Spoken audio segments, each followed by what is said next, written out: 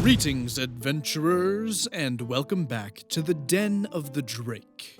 Other dragons hoard gold, while I hoard internet cringe.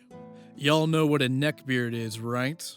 Well, for those of you who joined the internet only yesterday, a neckbeard is a certain type of human who mistakes people's prolonged tolerance of their poor hygiene, unwanted romantic advances, and obnoxious opinions as a declaration of godhood. This, in turn, leads to an overinflated ego and sense of entitlement. Activities that attract neckbeards include moving Bibles to the fiction section, courting uninterested women, and complaining when YouTubers narrate Reddit posts. Remember, kids, every time you make a neckbeard cry on Reddit, an angel gets its wings. Now, unfortunately for us normal people, the number one hobby that attracts these fine specimens is tabletop role-playing games. Which leads us to today's story. In today's horror story, a neckbeard by the name of Grimy terrorizes our OP by committing crimes against human decency. Originally, this post was split into 3 different parts, but I'm gonna go ahead and take those and condense it down into one video. Why? Because I love all of you and hate all of myself.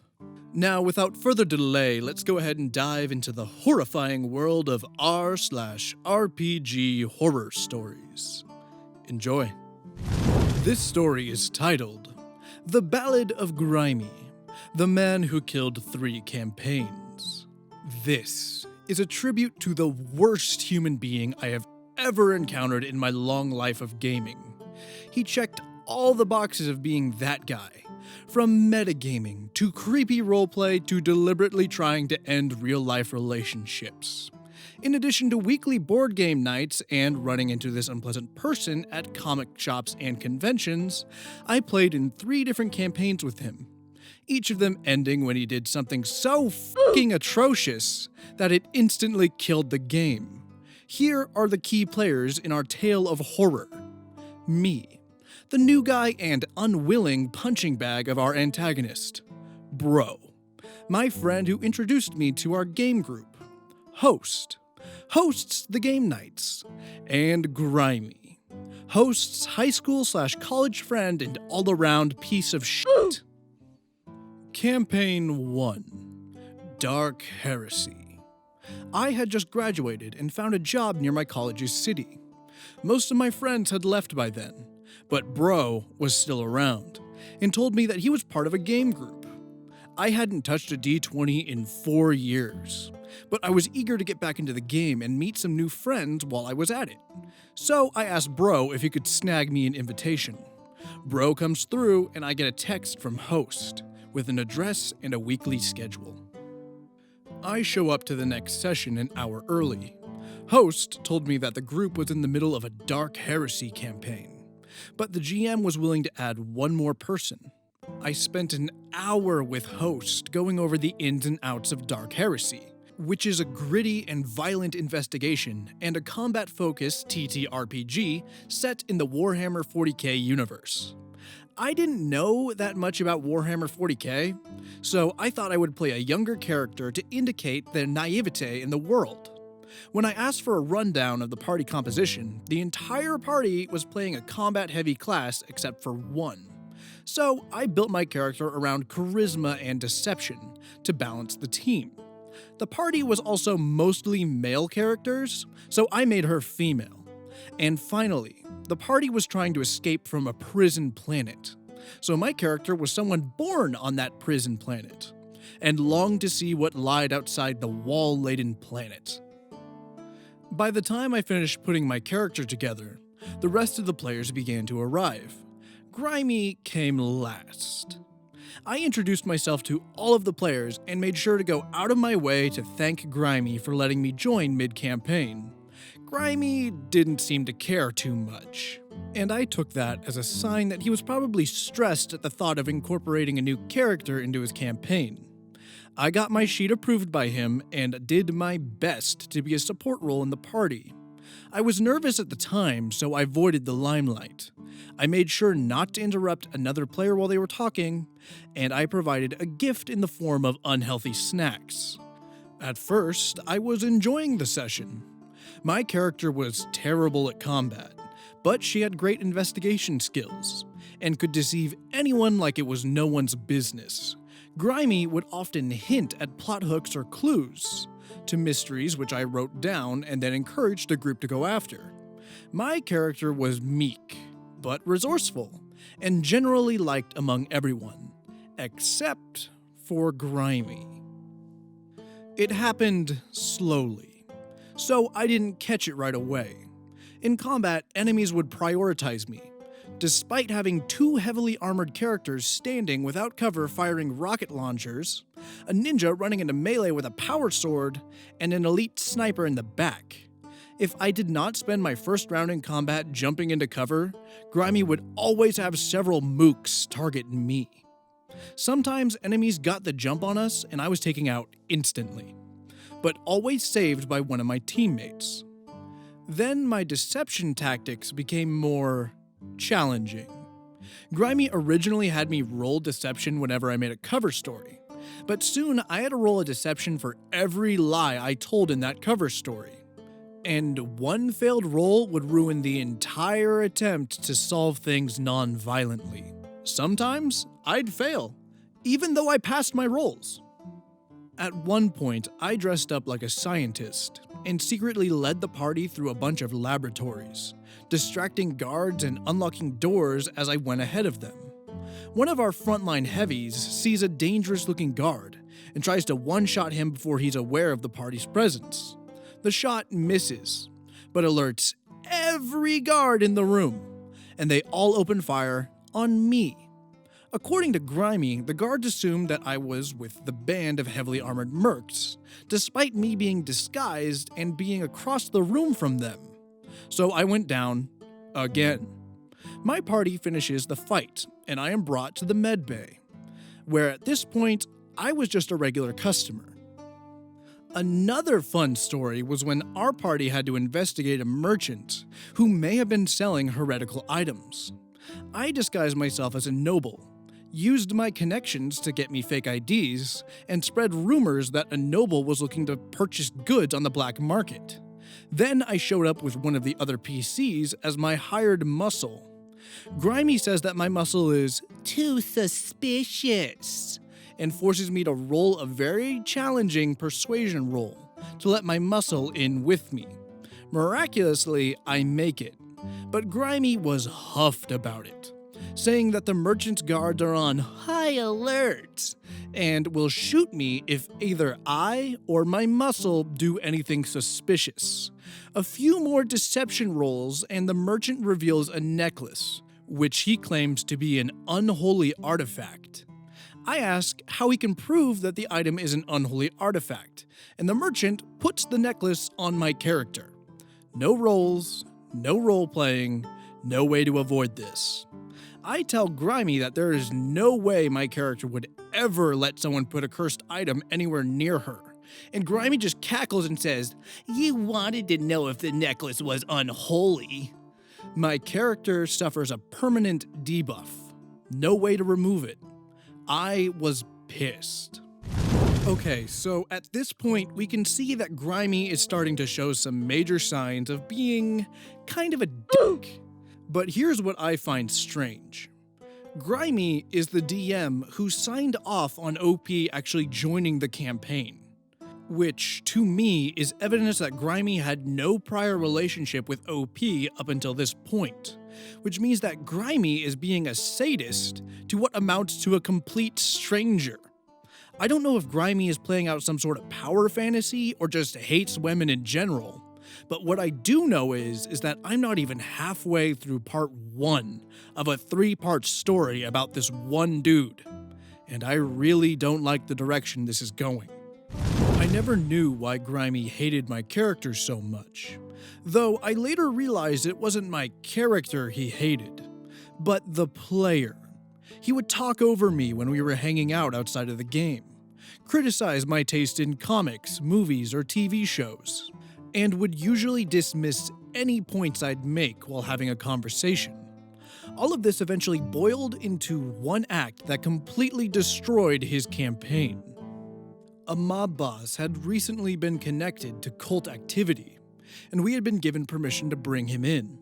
Problem was that he never left his well-guarded mansion, and did not invite strangers. Me and our sniper had the highest stealth stats, so we paired up to explore the enemy grounds in order to scout for possible entry methods. Grimy had us roll stealth every single time we tried to do anything. Walk down a hallway, roll stealth. Peek around a corner, roll stealth. Whisper to your party member an inch from their face, roll stealth. Grimy got more impatient with every successful roll we made, but our luck eventually ran out and one of us failed our stealth roll. Every guard instantly surrounded us. They just materialized around every corner, popped out of every door. Grimy made it pretty evident that me and the sniper were dead if we so much as blinked. I thought, okay, so now the party gets to plan a daring rescue. That's cool. But I was wrong. So very wrong. First, Sniper got interrogated. Grimy would scream questions at Sniper Player, and Sniper Player rolled to resist blurting information. At one point, Grimy had a guard throw a punch at the sniper, dealing a bit of damage. Overall, I thought it was dark, but fitting to Dark Heresy. Then came my turn. And here is where things got messed up. A normal interrogation was too good for my character. The enemy guards were going to... Oh my god. Alright, tell you what, here's what I'm gonna do. I'm gonna go ahead and skip over the entirety of this part, because 1, it's disgusting. 2, I don't want to get demonetized, and 3, it's disgusting. Look, you got a powerless female character at the whim of a bunch of guards being controlled by a sadistic neckbeard. You can do the math as to what happened here. If you need a cartoon dragon on the internet to explain to you why what just happened should never happen in a TTRPG, then you need more help than I can provide. What Grimy just did is revolting and demonstrates one of the biggest downfalls of our favorite hobby. In RPGs, anything can happen. At any time, there is no coding, there practically is no rules. And when you give that much godlike power over a pretend world to someone with a sick brain, that person is going to make some pretty up stuff. And it's going to be awful for everyone involved. That's why we have an entire subreddit dedicated to particularly horror stories involving this hobby. Now, I know a lot of prospective players watch my channel just to get the idea of what RPGs are like, and I really don't want you going away thinking that this is normal. This is not normal. This is sick. And if it happens in your game, don't stay silent about it, because people like Grimy are going to interpret your silence as acceptance. And at this point, Grimy deserves no acceptance. Our only female player gets out of her seat, packs her things, and leaves without saying a word. She never plays a game with Grimy again. I'm in utter shock, as were most of the other players. No one says, "Good game." No one even wanted to acknowledge that we'd have a session next week. The only person who looked like they were having a good time was Grimy, who was nudging host while shoveling his gamebooks into his backpack and saying, "Nice finisher, right? Really sets up the dystopian feel of 40K. Host kind of blankly agrees, not wanting to say anything. I show up to host's next week, and we're all playing board games instead. No one wants to play Dark Heresy anymore. Host says that he has a campaign in mind, and wants me to come. I think, thank God, as long as Grimy isn't the GM, I'm safe. I was so very wrong. End of part 1. Alright, so before we move on to the next campaign, I just want to say that the Warhammer 40k universe is actually really cool. I know most of you watch me for D&D, but if you ever get the chance to go check out Warhammer 40k, I recommend you do it. Baldermort's Guide to Warhammer and the Astartes project by Syama Pederson are great starting points for people who are new to Warhammer 40k. I'm going to go ahead and link those down in the description so you can go watch those after you finish up here, because, I don't know, I like sharing stuff I enjoy with you guys. But to all of you Warhammer 40k fans listening, I think we can all unanimously agree that Grimy and his campaign deserve a planet-wide exterminatus. Correct fire!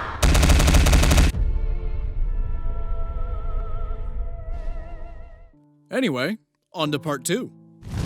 Campaign 2, Deadlands. Folks tend to ask, why did you keep playing? Or, why didn't anyone kick out Grimy from the group?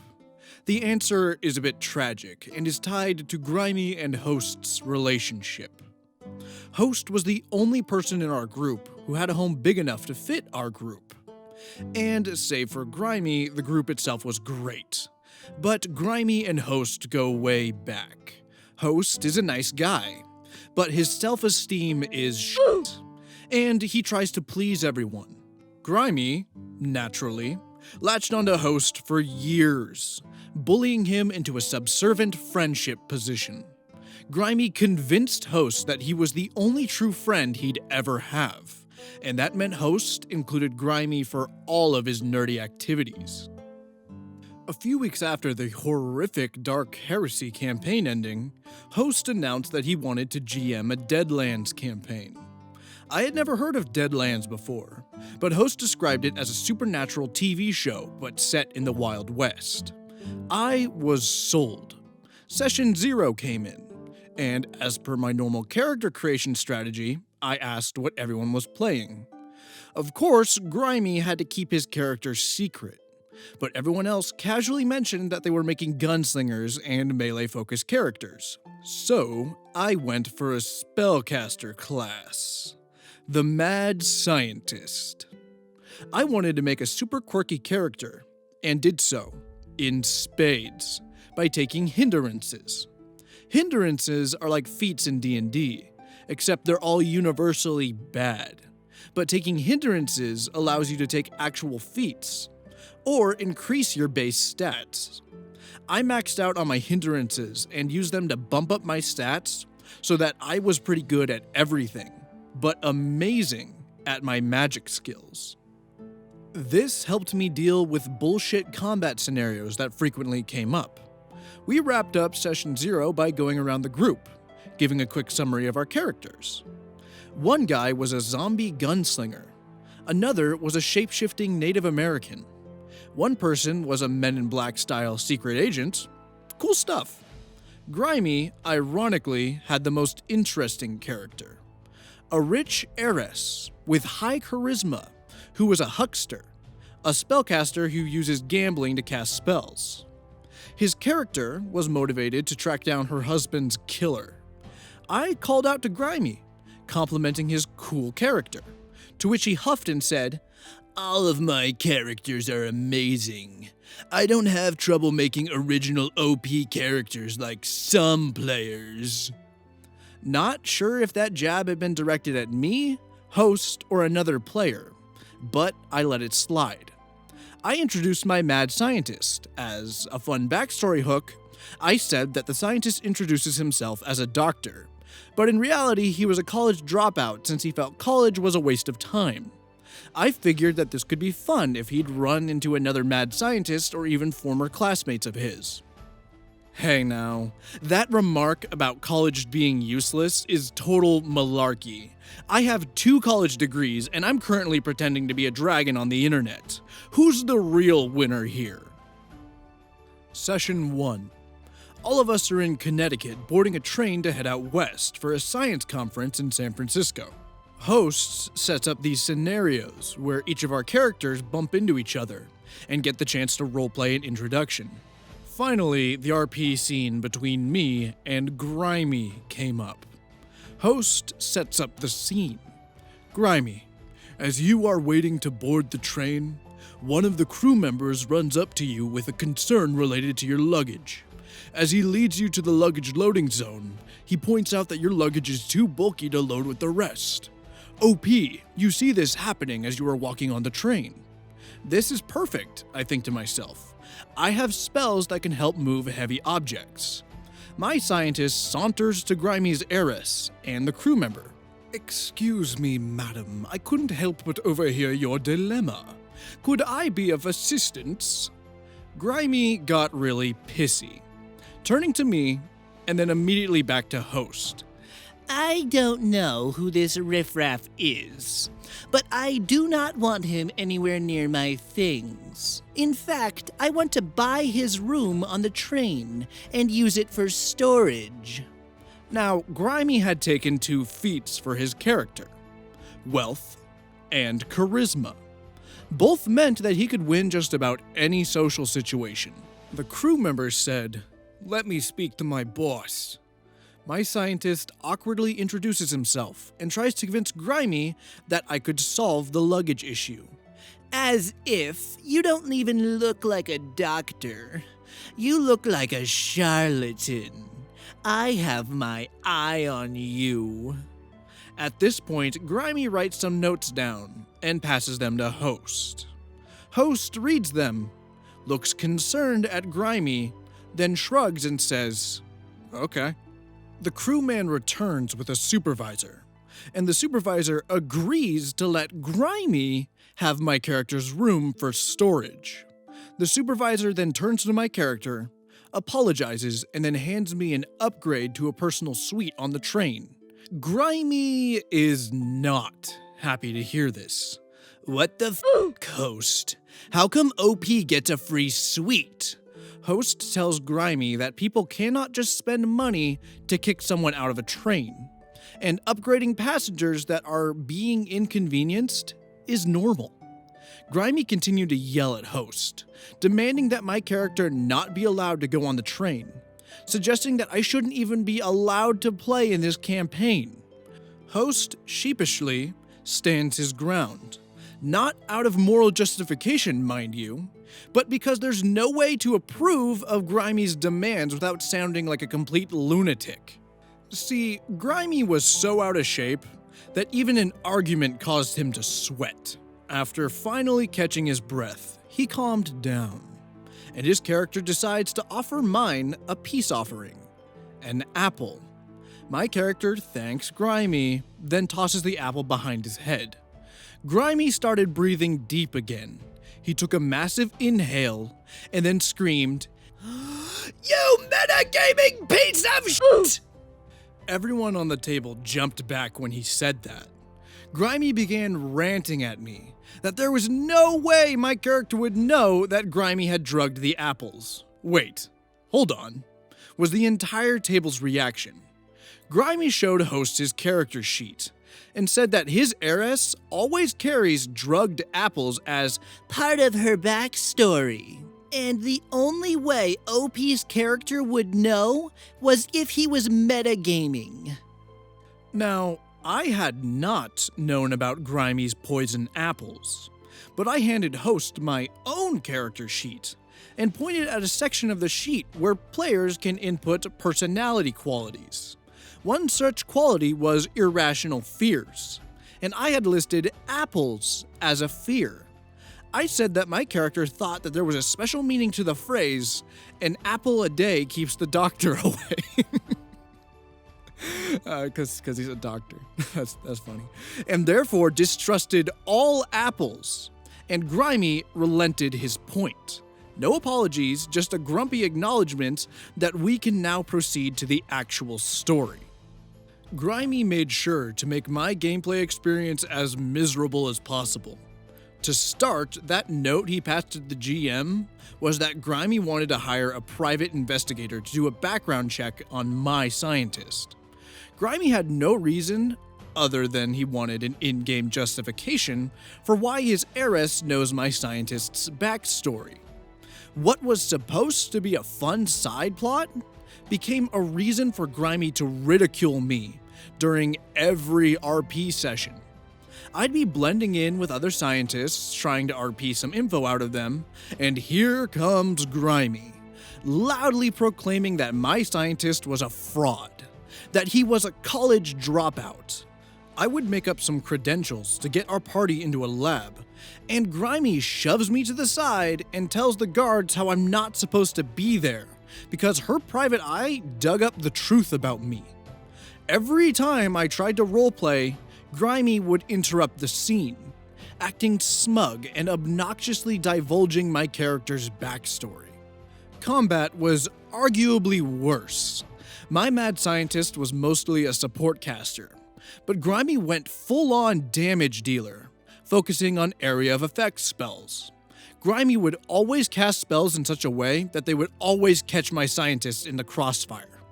Grimy would sometimes move his heiress specifically so that her attack would hit me as well. Fortunately, I was a smart player. I had a lot of defensive spells, and my chunkier base stats allowed me to tank Grimy's bullshit.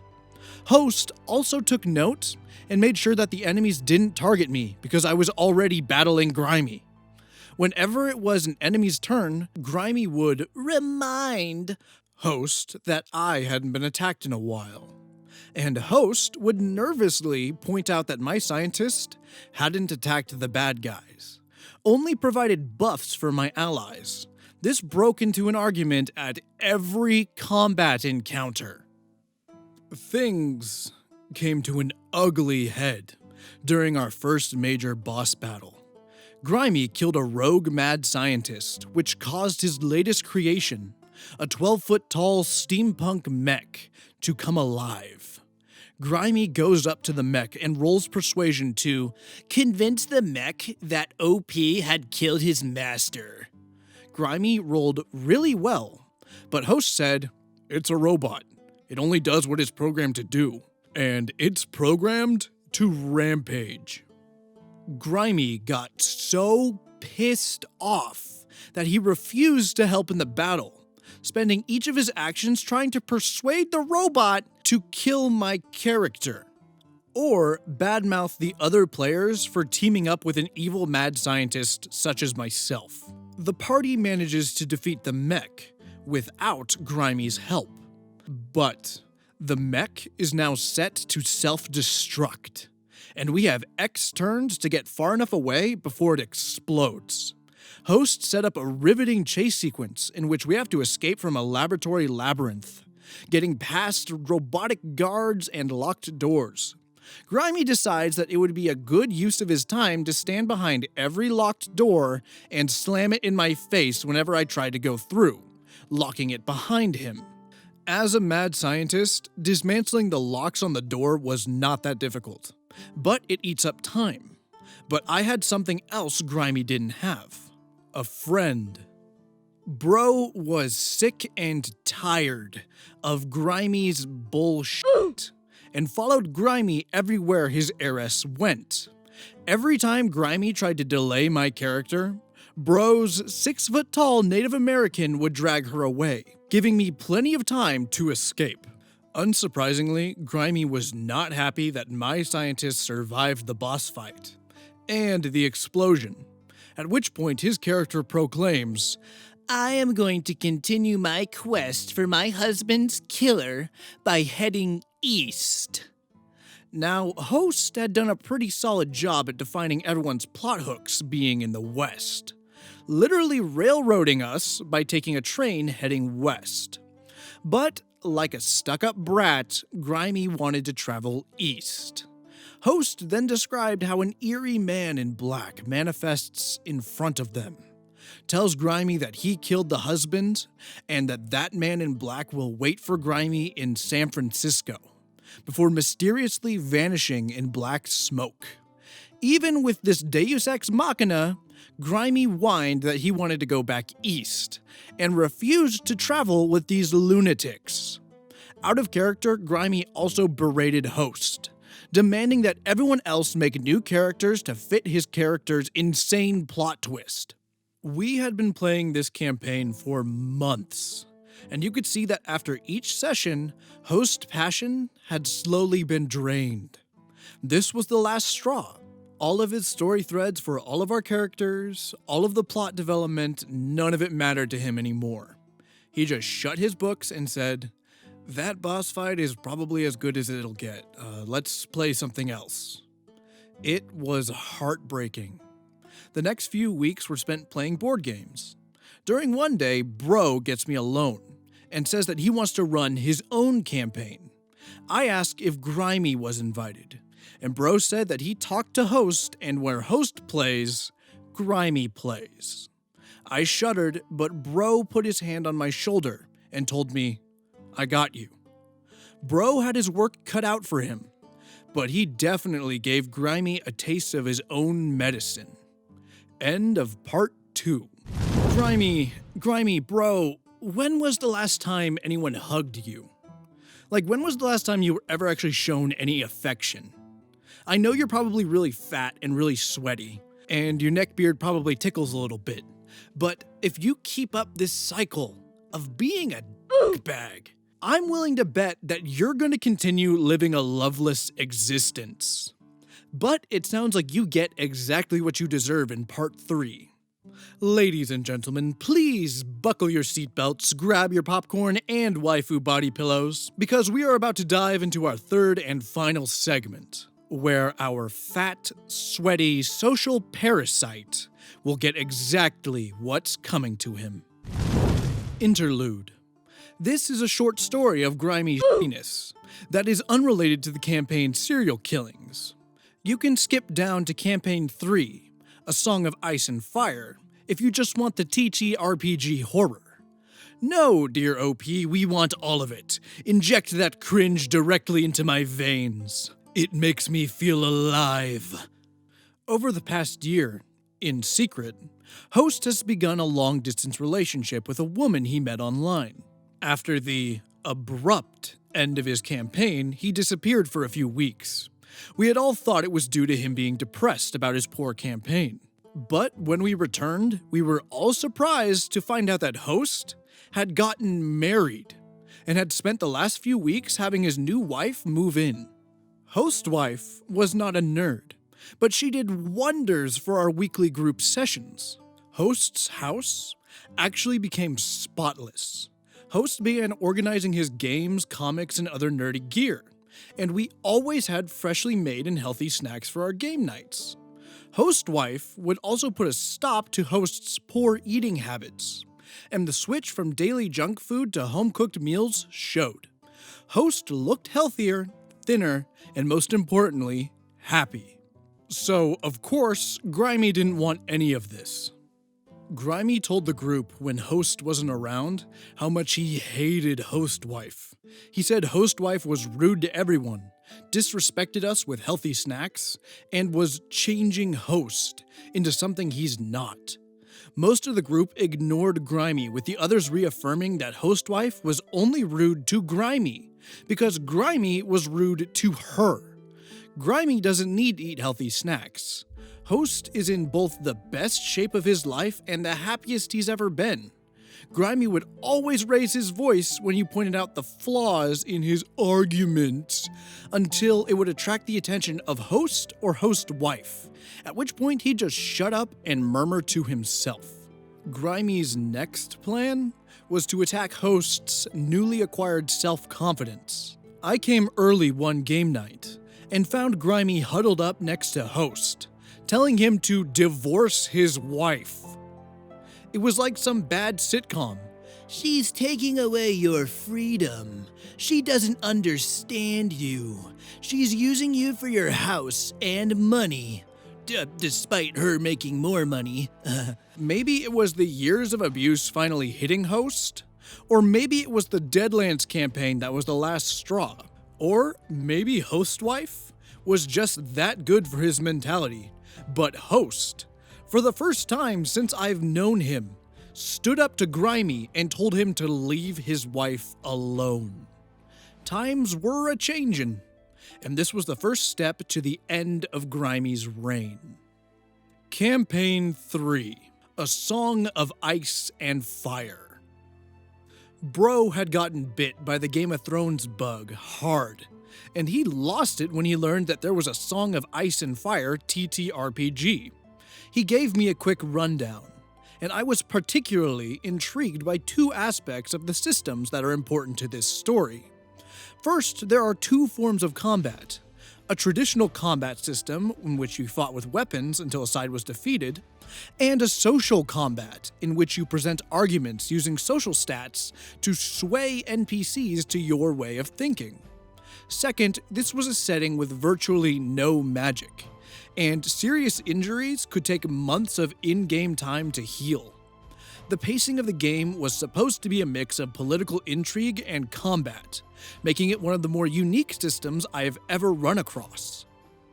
As per my normal character creation habit, I asked our players what type of builds they were making. Grimy, as before, refused to divulge anything about his character, but everyone else was running either pure combat or a combat social hybrid character.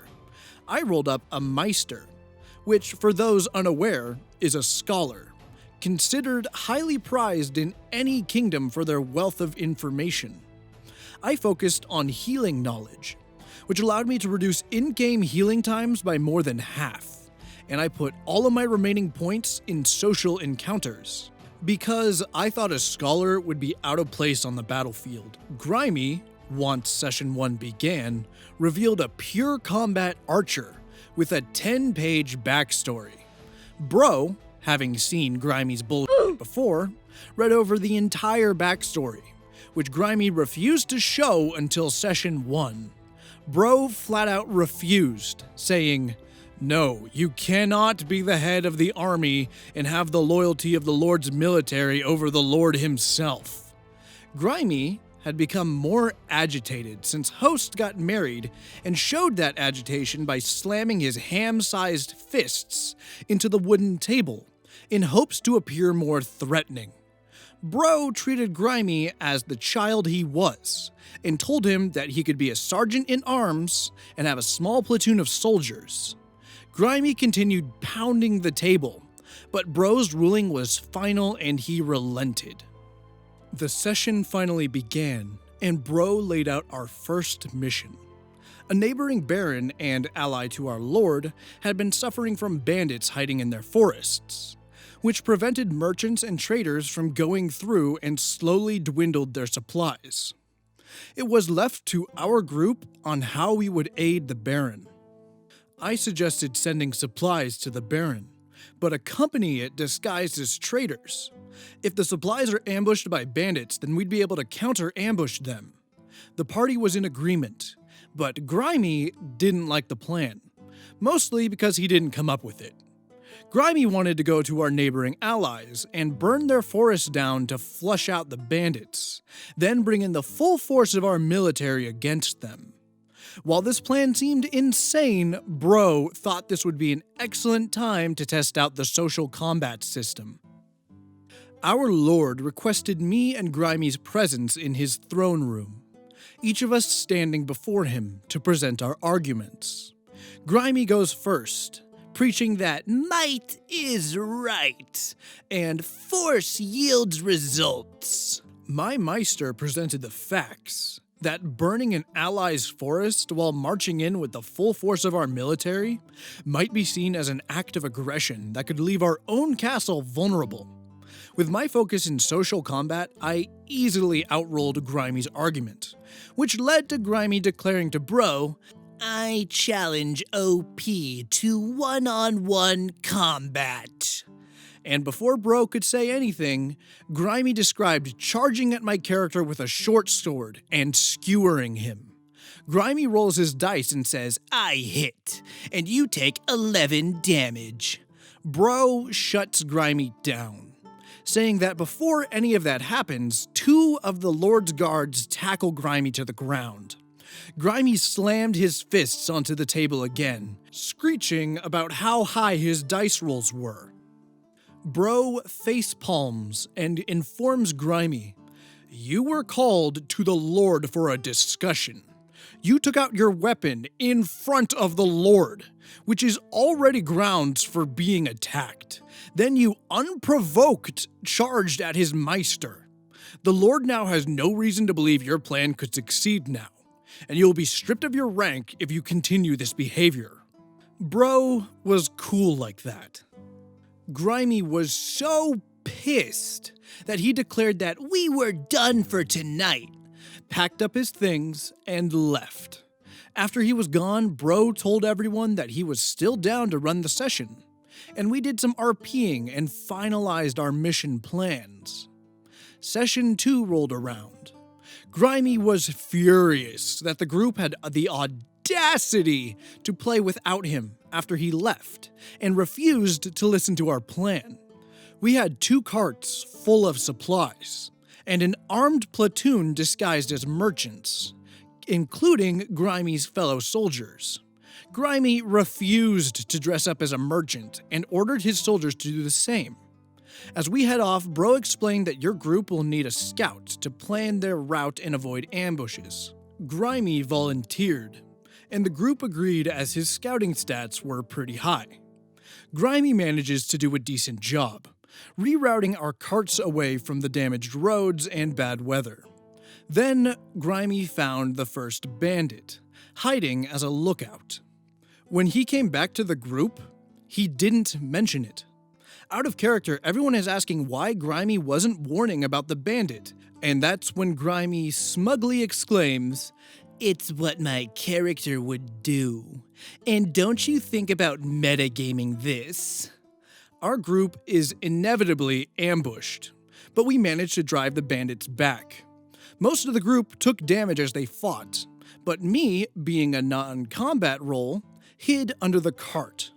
This pissed off Grimy, who was berating my Meister for being a coward as I was patching up our party and NPCs post-battle. When I offered to assist Grimy, who had taken some damage, he called me a fake Meister and said he could bandage himself better than any quack could.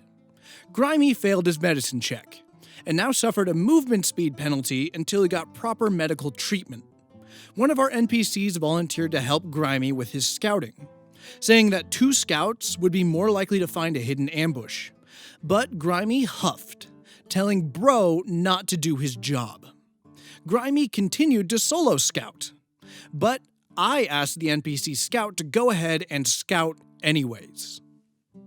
Grimy yelled at Bro, telling him that he had no point in the group now, which Bro responded with, "Maybe if you did your job and warned people of ambushes, your reputation among the NPCs would be stronger." Grimy slammed the table again. You can't fucking crap! But Bro simply stared down Grimy like a parent who was about to spank their child. Eventually, our NPC scout reported a larger group of bandits, readying to ambush us. Host orders our stealthiest NPCs and PCs to sneak past the bandits and hide. When the bandits would attack, they would pincer them from behind. A solid plan. Grimy was part of the stealth party and hid himself in the tree. Right as we were getting into position, Grimy says he impersonates one of the bandits' voices and yells that there is a Meister in the back cart who'd be worth a king's ransom. This ruined our surprise round, which resulted in a bandit notching an arrow and firing first into Grimy. Grimy turned red, cursing out Bro as metagaming asshole playing favorites. Bro told Grimy that, "You can't pretend to be a bandit. You don't know what any of them sound like. All you did was give away your position. Now make a dex check to prevent yourself from falling out of the tree." Grimy rolled poorly, and the damage of falling out of the tree combined with his 2 other injuries made him unconscious. Grimy continued to smack the table with his fists, and then declared that he needed some fresh air, and stepped outside to cool off. With Grimy out of the picture, the rest of the party had a challenging battle. Even my Meister had to draw a knife at some point when our backline was overwhelmed, resulting in me getting a gnarly stab wound. Grimy returned as we wrapped up the fight, One of the PCs searched the bodies and uncovered a coded message with the emblem of a neighboring country, giving us our first major story hook. I patched myself up, and all the other injured PCs and NPCs, as one of Grimey's soldiers dragged his unconscious body to me. Let it never be said that I metagame or hold a grudge, as I rushed over to Grimey's character, knowing full well I could have just ignored him. I patched him up, made some recovery drugs with wild plants, and got him conscious again. Grimy smiles and says he pulls out his dagger and stabs my character. Bro demands Grimy give a non-bullshit reason for why he would attack his own medic. Grimy argues that he was in battle mode before falling out of the tree, and that his soldier instincts would keep him in fight mode even as he was coming around. Bro glanced my direction. I shrugged my shoulders, and Grimy was allowed to make his attack. It hits, and now the group's only medic is unconscious. Grimy glares at me with a eating grin, and then volunteers to scout ahead. This time, Grimy actually warns the group of ambushes, which we avoid, and we finally make it to our destination, the Baron's Castle. Half of the party, including Grimy, need extreme medical attention. We're put up in the Baron's private medical wing, where I eventually regain consciousness and begin patching myself up faster than the Baron's doctor and nurses could believe. Host had already convinced the Baron that we were here to help, and with a generous introduction, I was given temporary control over the Baron's medical staff. Before this exchange, Grimy had been a model patient, wanting to get back to full health as soon as possible. But when the news of my temporary promotion got to the medical wing, Grimy refused further treatment. He lashed out at the nurses, doctors, and anyone else working under a lying Meister who will betray the Baron. Grimy's low diplomacy scores meant that no one believed him, resulting in him getting out of bed and attacking my character whenever I tried to help him.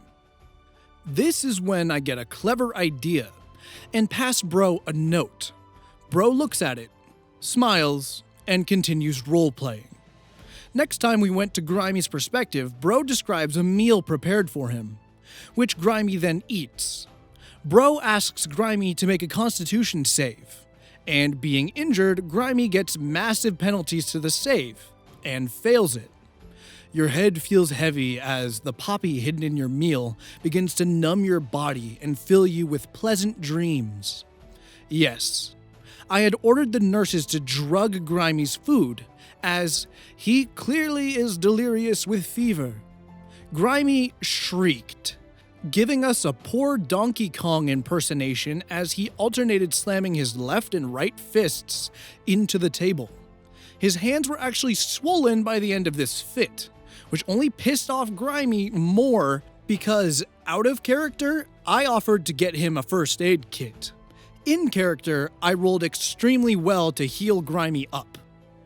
Fast forward a few sessions, and our party is making progress piecing together a mystery regarding a rival lord who was seeking to cut off our lord's allies as part of a plan to take over our land. Grimy had zero contribution to our progress, as he couldn't leave his bed. Instead, Grimy began writing page-long notes and passing them to Bro. Bro read them all, and during one of our RP sessions described this scene. As you're discussing your recent discovery, one of the nurses OP recognizes approaches him, asking for a private audience. The nurse explains that Grimy has been handing her letters in secret, demanding that they be sent to your lord without the party's knowledge. But due to his temperament, the nurse thought it would be best if OP saw them first. Bro passed me the notes, which were just pages and pages of nonsense that could be summed up as, "Your Meister is drugging me, as proof of his inevitable betrayal." I describe the Meister thanking the nurse, and when she leaves the room, I tear up the notes, which I then mimic in real life. And that was it. The straw that broke Grimy. The entire party was having a blast in Bro's campaign, half of which was just enjoying Grimey's freakouts. Grimy, in character, had lost all of his standing, lost the respect of his men, and the favor of his lord for his out-of-character behavior. Bro, unlike any other GM, had given Grimy consequences for his actions, and Grimy couldn't compute. He tore up his character sheet and tossed it in Bro's face. He turned to Host and demanded to end this campaign, to which Host, having grown some form of backbone, responded that it was Bro's decision when the campaign ended. Grimy would have screamed if he hadn't already lost his voice. He was sweating profusely, and his fists had become swollen and dark from pounding on the table. He sloppily threw all of his things in a bag and then flipped off me, Host, and Bro. He then slammed the door as he left. Epilogue. After that session ended, Grimy stopped coming to board game night, and instead ran a new campaign, making sure to tell me, to my face, that I was not invited to play. I couldn't care less, and Host told me that the campaign only went for 3 sessions before Grimy got frustrated and stopped running it. I had learned a month later that Grimy had lost his job at a comic book shop. For years, Grimy had bragged that he was a superior nerd because he got employee discounts on comics and game books. Now, I had visited that shop, and it was actually pretty nice. But check on their Google and Yelp, and it was only listed as a 2-star establishment, with negative reviews from parents and women mentioning one employee who was rude, insulted my tastes in comics and games, and demanded that I buy my things based on his recommendation. After Grimy lost his job, he completely dropped from the group, and even Host stopped mentioning him. So that is the story of Grimy. He is the ultimate lesson in why people sometimes get away with being shitty. But he is also the hope that karma does exist. And for all of that, I will always thank Grimy for entering and leaving my life. End of story. Well, as I mentioned before, Grimy is the embodiment of everything that's wrong with problem players. This is my longest story to date, and the saga of Grimy the Neckbeard will fit lovely in my horde of internet cringe. The best way to deal with people like Grimy is exactly the way Bro dealt with it. Take no shit, and make sure that their actions have consequences, both in and out of character. Before we go, be sure to like the video, comment, and subscribe. And if you are artistically inclined, be sure to send your fan art to the email in my About section, where I will feature it in my next video. And with that, we're gonna wrap up. I would like to thank you all for listening, and I hope to see you next time in the Den of the Drake.